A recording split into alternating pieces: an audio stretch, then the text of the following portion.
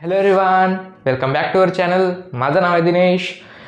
मागच्या क्लासेसमध्ये आपण क्रिप्टोग्रामचे दोन जे ग्रुप्स आहेत, जसे की थॅलोफायटा झाले, ब्रायोफायटा झाले, यांच्या बाबतीत आपण पाहिलं होतं. त्यांचे सर्व पॉईंट्स कवर अप केले होते. त्यांचे हॅबिटॅट काय आहे, कॅरेक्टरिस्टिक्स काय आहेत आणि त्यांचे इकॉलॉजिकल रोल काय आहेत, हे काही पॉईंट्स आपण मागच्या क्लासेसमध्ये कवर अप केले होते. आज आपण बघणार आहोत क्रिप्टोग्रामचा वन अँड ओनली वॅस्क्युलर प्लांट्स, ज्याचं नाव आहे टेरिडोफायटा. टेरिडोफायटा काय आहे तर वॅस्क्युलर प्लांट्स आहेत, वॅस्क्युलर क्रिप्टोग्राम्स आहेत. असं काय, यांना वॅस्क्युलर क्रिप्टोग्राम्स का बरं म्हणतात? कारण जे बाकीचे जे क्रिप्टोग्राम्स आहेत, जसे की थॅलोफायटा झाले आणि ब्रायोफायटा झाले, यांच्यामध्ये आपल्याला वॅस्क्युलर बंडल पाहायला मिळत नाही. म्हणूनच त्यांना अलग ग्रुप्समध्ये वाटण्यात आलेलं आहे आणि यांना अलग करण्यात आलेलं आहे. यांच्यामध्ये काय आहेत, वॅस्क्युलर बंडल्स प्रेझेंट आहेत, जसे की झायलम आणि फ्लोएम. भलेही प्रिमिटिव्ह टाईपचे प्रेझेंट आहेत, बट यांच्यामध्ये प्रेझेंट आहेत. ठीक आहे. तर आपण जेव्हा प्लांटच्या बाबतीत बघतो, आपण इव्हॉल्युशनरी वेमध्ये आपण पाहत आहोत. पहिले काय आले, थॅलोफाइट्स आले, नंतर हळूहळू त्यांच्यामध्ये काहीतरी डेव्हलपमेंट झाले. थोडं लीफ लाईक, थोडं स्टेम लाईक, थोडं रूट लाईक असे स्ट्रक्चर त्यांच्यामध्ये फॉर्म होत आले.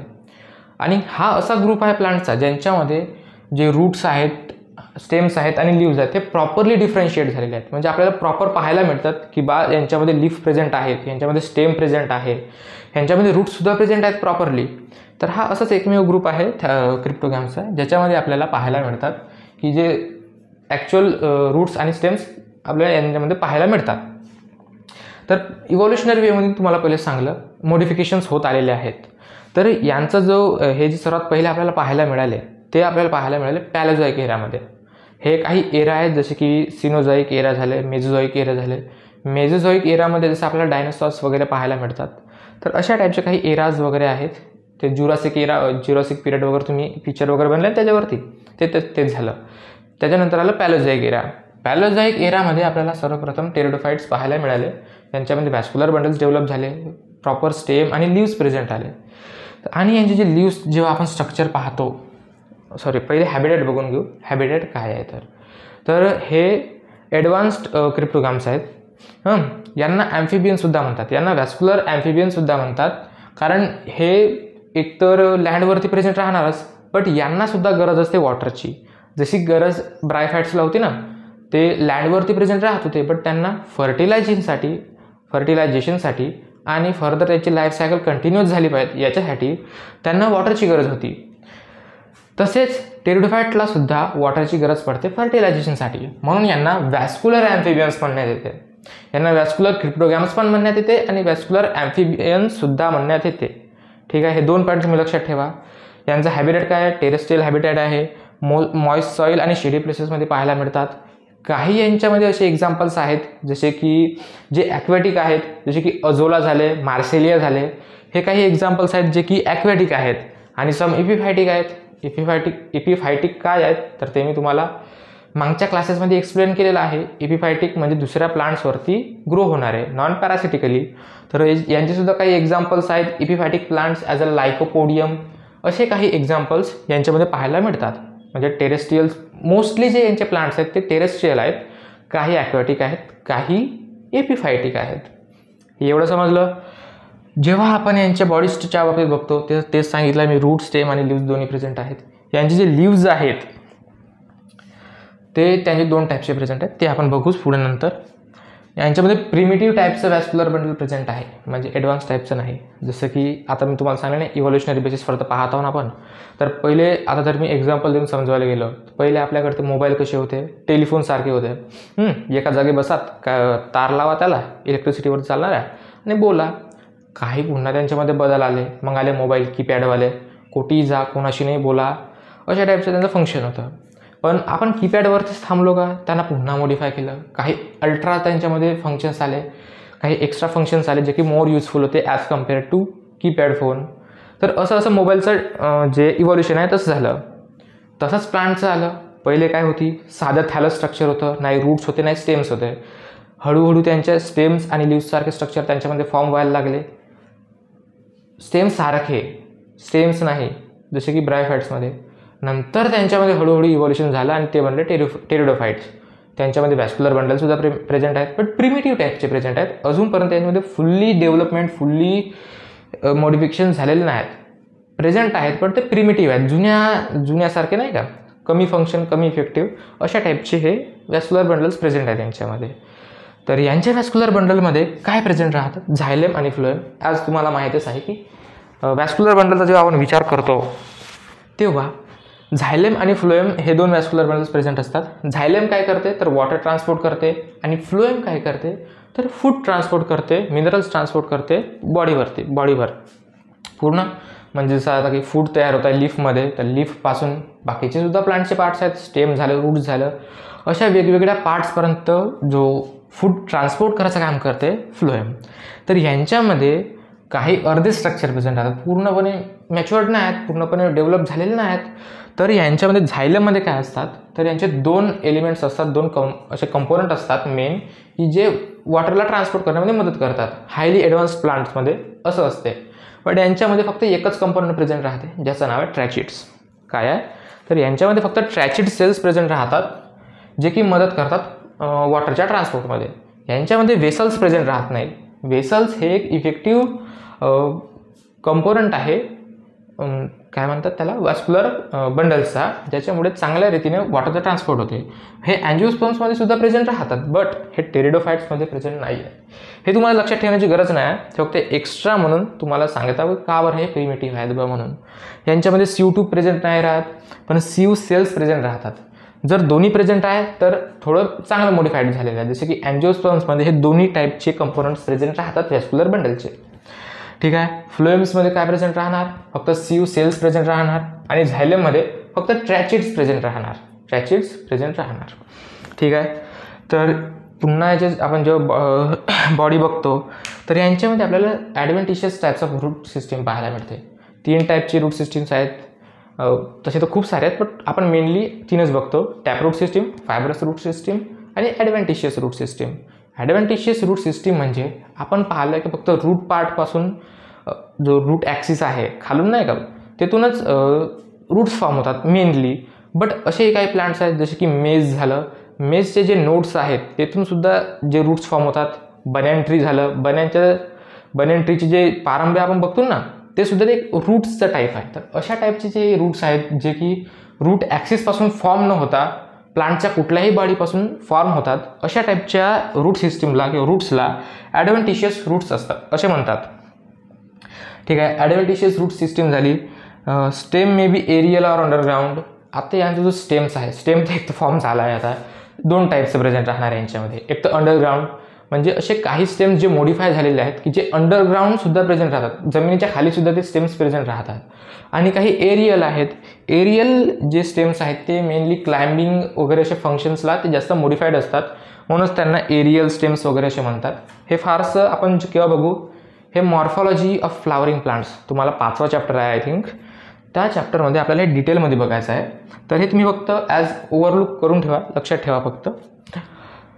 ठीक आहे. एवढे काय पॉईंट झाले, बॉडी कशी आहे, आणि एक तर आता स्टेम्सचं बघितलं, रूट्सचं सुद्धा बघितलं आपण कशा टाईपचे प्रेझेंट आहेत. तर रूट ॲडव्हेंटिशियस प्रेझेंट आहेत, स्टेम्स जे आहेत ते दोन्ही टाईपचे प्रेझेंट आहेत, एरियल आणि अंडरग्राउंड.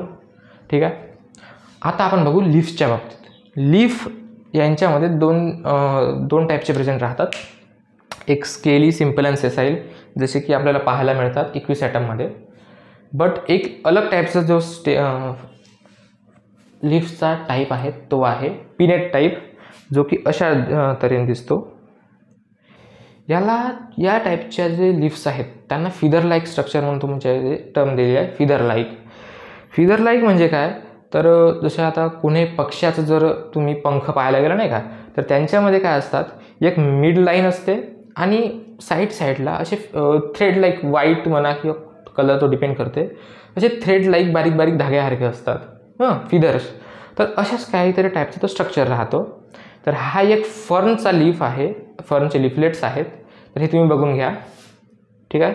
हे फर्न आहेत ज्याच्यामध्ये पिनेटचा जो कंपाऊंड लीफ पाहायला मिळतो, पिनेट टाईपचं कंपाऊंड लीफ. हे कंपाऊंड लीफ आहेत, यांच्यामध्ये पाल्मेट आणि पिनेट असे 2 टाईप आपल्याला पाहायला मिळतात. ते नंतर मॉर्फॉलॉजीचा पार्ट आहे, तो आपल्याला इथे डिस्कस करायचा नाही आहे. पण त्याचे खूप सारे जे मॉर्फॉलॉजीचे टर्म्स आहेत ते इथे आहेत आपल्याला, मॉर्फॉलॉजी, ॲनाटॉमी. तर ते तुम्हाला फक्त ओव्हरलुक करण्यासाठीच आहेत. जेव्हा आपण ते चॅप्टर्स बघू मॉर्फॉलॉजी आणि ॲनाटॉमीचे, तेव्हा ते आपल्याला डिटेलमध्ये बघायचं की त्यांचं मिनिंग काय असतं बा म्हणून. तर फक्त एवढं लक्षात ठेवा, पीनट टाईप म्हणजे काय, तर असं हे सर्व जे आहेत ते लिफलेट्स आहेत. हे मधातली मिड रॅचीस किंवा मिड रिब राहते आणि हे जे लिफ्टसारखे स्ट्रक्चर आहेत यांना लिफलेट्स म्हणतात. लिफलेट्स यांच्यावरती स्पोरेंजियासुद्धा प्रेझेंट राहतो. ठीक आहे, हे लक्षात ठेवा. पिनेट टाईप्स, ठीक आहे, पिनेटली कंपाऊंड लिफ्स आहेत कोणामध्ये, फर्नमध्ये. यालाच नेफ्रोलेपिन्थिस, सॉरी आय थिंक मी प्रोनाऊन्स चांगला तर नाही केलं, नेप्रोलेपिस सुद्धा म्हणतात फर्नला. तर ठीक आहे, हे तर काही एक्झाम्पल झाले, काही कॅरेक्टरिस्टिक झाले त्याच्या बॉडीच्या बाबतीत. आता आपण बघू यांच्यामध्ये जे लाईफ स्टेजेस आहेत, स्पोरोफाईट, गॅमेटोफाईट असे 2 लाईफ स्टेजेस आहेत, 2 लाईफ फॉर्म्स आहेत. तर त्यांच्या बाबतीत बघू. तर जेव्हा आपण यांच्या लाईफ फॉर्मच्या बाबतीत बघतो तेव्हा आपल्याला 2 लाईफ स्टेजेस पाहायला मिळतात. एक आहे स्पोरोफाईट आणि एक आहे गॅमेटोफाईट. आपण जेव्हा ब्रायोफाईटच्या लाईफ स्टेजेसच्या बाबतीत विचार केला होता ना, तर त्यांच्यामध्ये गॅमेटोफाईट डोमिनंट होती आणि फोटोसिंथेटिक होती. गॅमेटोफाईट डोमिनंट होती आणि फोटोसिंथेटिक होती, आणि स्पोरोफाईट जी होती ते डिपेंडंट होती गॅमेटोफाईटवरती. कुणामध्ये, ब्रायोफाईट्समध्ये. पण टेरिडोफाईट्समध्ये काय तर थोडे काही डेव्हलपमेंट झाले, काही मॉडिफिकेशन झाल्या, ज्याच्यामध्ये जे स्पोरोफाईट्स आहेत ते डोमिनंट झाली, फोटोसिंथेटिक झाली. हे डोमिनंट का बरं आहे, कारण हे फोटोसिंथेटिक आहे, फोटोसिंथेसिस स्वतः करू शकते. ठीक आहे. स्पोरोफाईट जी ही लाईफ स्टेजेस झाली ती डोमिनंट झाली जास्त तर वेळेस. आता हे जी लाईफ स्टेजेस झाली नाही का प्लांटची, तर ही झाली स्पोरोफायटिक कंडिशन. स्पोरोफाईट हा ठीक आहे. जेव्हा हा स्पोर्स फॉर्म करेल, हे स्पोरोफाईट आहे, स्पोर्स फॉर्म करणार. ठीक आहे. स्पोरोफाईटचा हाच फंक्शन राहते, स्पोर्स फॉर्म करणार मेनली. याची लाईफ सायकल्स वगैरे आपण बघू. स्पोरोफाईट आहे, फोटोसिंथेटिक आहे आणि डोमिनंट आहे. आणि एक तर हा डिप्लॉइडसुद्धा आहे, डिप्लॉइड अँड ॲटोट्रॉपिक. आपण जेव्हा कधी याचे प्लांट्स बघू नाही का, जे पाहायला मिळतात फॉर्म्स वगैरे, हे जे काय म्हणतात त्यांना, शोकेसचे प्लांट्स नाही का, तर यांना जे प्लांट्स आपण पाहतो मार्केटमध्ये फॉर्म्स वगैरे झाले, हे सर्व स्पोरोफायटिक कंडिशन राहते. टेरिडोफाईटमध्ये गॅमेटोफाईट जी कंडिशन राहते ना का, ते हायली रिड्यूस म्हणजे खूप अशी लहान स्ट्रक्चर राहते, इनकॉन्स्पिशियस स्ट्रक्चर राहते, जे की आपल्याला पाहायला मिळतं. थोडा प्रोथॅलस लाईक स्ट्रक्चर राहतो जो गॅमेटोफाईट आहे तो. याचे बघून हे झाले डिप्लॉइड आहे स्ट्रक्चर. काय आहे, डिप्लॉइड आहे, फोटोसिंथेटिक आहे, डोमिनंट आहे. आणि गॅमेटोफाईट जो राहील तो राहील इनकॉन्स्पिशियस, म्हणजे असं पाहायला खूप दिसत नाही आपल्याला सहसा.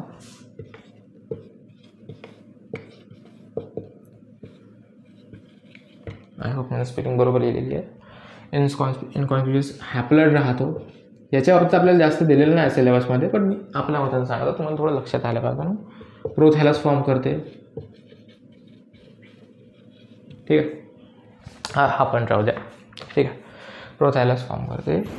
त्याची जी लाईफ सायकल आहे ते राहते डिप्लॉन्टिक लाईफ सायकल आहे यांच्यामध्ये. ठीक आहे. तो तर हा जाऊ द्या गॅमेटोफाईटच्या बाबतीत, कारण गॅमेटोफाईटचा खूप आपल्याला आहे नाही सिलेबसमध्ये. फक्त तुम्ही एवढं लक्षात ठेवा की जो स्पोरोफाईट आहे तो काय आहे, डोमिनंट आहे, फोटोसिंथेटिक आहे आणि डिप्लॉइड आहे. ॲटोट्रॉपिक तर झालंच. हे काही यांच्यामध्ये आहेत. हेट्रोमॉर्फिक अल्टरेशन ऑफ जनरेशन यांच्यामध्ये पाहायला मिळते. हेट्रोमॉर्फिक म्हणजे काय, तर जो आता जसं की हा स्ट्रक्चर स्पोरोफाईट दिसायला वेगळा असणार आणि हा स्ट्रक्चर दिसायला खूप वेगळा असणार. हा खूप लहान स्ट्रक्चर राहते तसं तर. आणि एक डोमिनंट स्ट्रक्चर पाहायला मिळतो. यांच्यामध्ये पुन्हा आपल्याला हे जे प्लांट्स आहेत ते खूप आपल्याला बल्की पाहायला मिळत नाही. वूड यांच्यामध्ये खूप सारं मिळत नाही. एक लहानशी दांडीसारखं स्ट्रक्चर राहते यांचं स्टेम पाहायला गेलं तर. ठीक आहे. कारण याचं काय आहे तर यांच्यामध्ये लॅटरल ग्रोथ प्रेझेंट नाही राहत. लॅटरल ग्रोथ सेकंडरी ग्रोथ यांच्यामध्ये प्रेझेंट राहत नाही. आणि यांच्यामध्ये कॅम्बियमसुद्धा ॲब्सेंट राहते. कॅम्बियम काय करते, जसे की लॅटरल मेरिस्टेम वगैरे झालं नाही का, तर ते काय करतात, हे कॅम्बियम्स वगैरे जी गर्थ आहे आता एक जसं की खोड झालं नाही का, त्या खोडची गर्थ वाढवायचा, म्हणजे तो किती लठ्ठ होईल, तो किती जास्त वाढेल, म्हणजे ब्रॉड किती जास्त रुंद होईल, तसे जे हे जे रुंद होण्याची जी ग्रोथ आहे ती झाली सेकंडरी ग्रोथ. आणि प्रायमरी ग्रोथ म्हणजे काय, तर जितका प्लांट वाढू शकते हाईटनुसार ते झाली प्रायमरी ग्रोथ. तर यांच्यामध्ये जे सेकंडरी ग्रोथ आहे ती अब्सेंट असते. का बरं? कारण यांच्यामध्ये जो कॅम्बियम आहे तो अब्सेंट राहतो, जो काय करते सेकंडरी ग्रोथ कॉज करते. याच्याचमुळे यांच्यामध्ये जे सेकंडरी ग्रोथ आहे ते अब्सेंट असते. आणि त्याच कारणामुळे त्यांचे जे प्लांट्स आहेत ते खूप बल्की होत नाही, खूप त्यांची जो स्टेम्स आहे तो खूप ब्रॉड होत नाही एकदमसे. ठीक आहे, तर हे झाले यांचे काही टॉपिक्स, हे जे काही कॅरेक्टरिस्टिक्स. आय होप तुम्हाला सर्व कॅरेक्टरिस्टिक्स लक्षात राहतील. तर ठीक आहे, आज आपण याला इथेच संपवू. Thank you for watching. आणि जर तुमचे काही डाऊट्स असतील तर कमेंट सेक्शनमध्ये सांगा. जो नेक्स्ट टॉपिक आपण घेणार आहोत तो आहे जिम्नोस्पर्म्स. ह्याच्यापेक्षा थोडं जास्त मॉडिफिकेशन झालेले आहे त्यांच्यामध्ये. तर ठीक आहे, तर बघू. Thank you for watching.